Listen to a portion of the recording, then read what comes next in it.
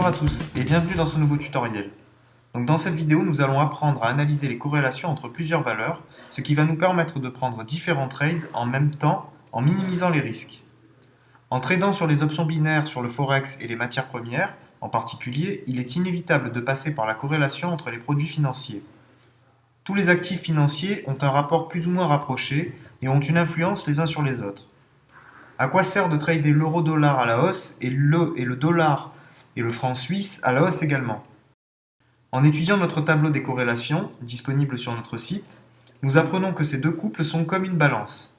Lorsque l'un monte, l'autre descend automatiquement. Donc un tel set de trades est insensé. Nous allons donc parier uniquement sur des sets de trades sur lesquels il y a très peu de corrélation. On peut voir sur le tableau ici en bleu.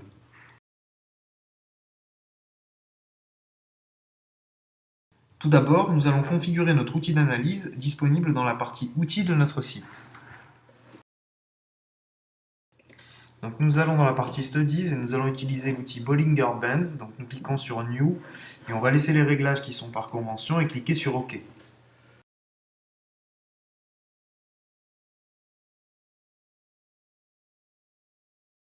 Donc on peut voir sur cette valeur, l'euro-franc suisse, que la courbe est en train de toucher la bande de Bollinger du bas et donc on va prendre un pari à la hausse. Et on va voir sur notre tableau qu'il y a une faible corrélation avec une autre valeur qui est la livre sterling et le yen.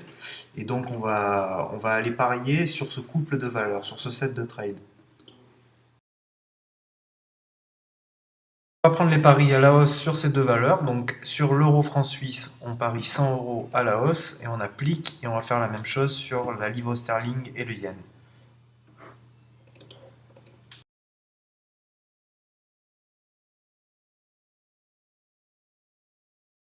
Voilà, et on va passer en accéléré pour aller voir le résultat.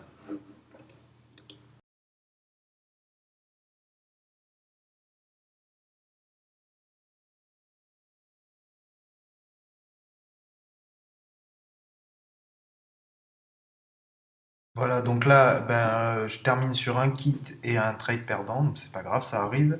D'autant plus que tout à l'heure, quand je vous ai montré les courbes, j'ai parié un peu vite. J'aurais dû attendre que la courbe vienne couper la bande de Bollinger du bas avant de me lancer dans le trade. Donc j'ai pris un peu de risque. On va retenter l'expérience tout de suite. Voilà, donc là pareil, sur les deux mêmes valeurs que tout à l'heure, on voit que la courbe vient juste de couper la courbe de Bollinger du bas. Donc on va reparier à la hausse. Et on va voir sur l'euro franc suisse, on va faire la même chose, on va parier à la hausse sur ces deux valeurs. Donc même chose, 100 € et on applique sur l'euro franc suisse et sur la livre sterling yen. Voilà, et on va passer en vitesse accélérée.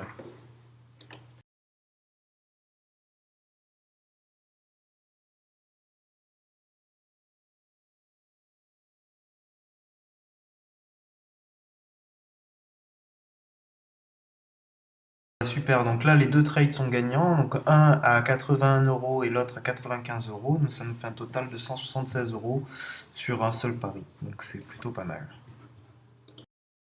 Voilà, donc là on voit que la courbe va toucher la bande de Bollinger du haut dans très peu de temps, ce qui me laisse penser qu'elle va sûrement redescendre juste après. On va voir sur l'autre valeur, c'est exactement la même chose, elle est en train de descendre, donc on va parier sur ces deux valeurs à la baisse, c'est-à-dire en put. On va anticiper un peu sur l'euro CHF, mais bon, on va essayer.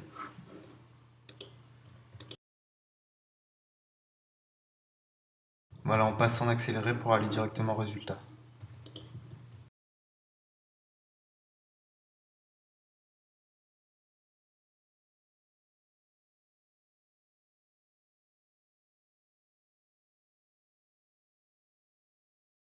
Bon, bah là, j'en ai un gagnant et un kit. Bon, je pense que c'est celui qu'on a un petit peu anticipé. On aurait dû attendre un peu avant de parier.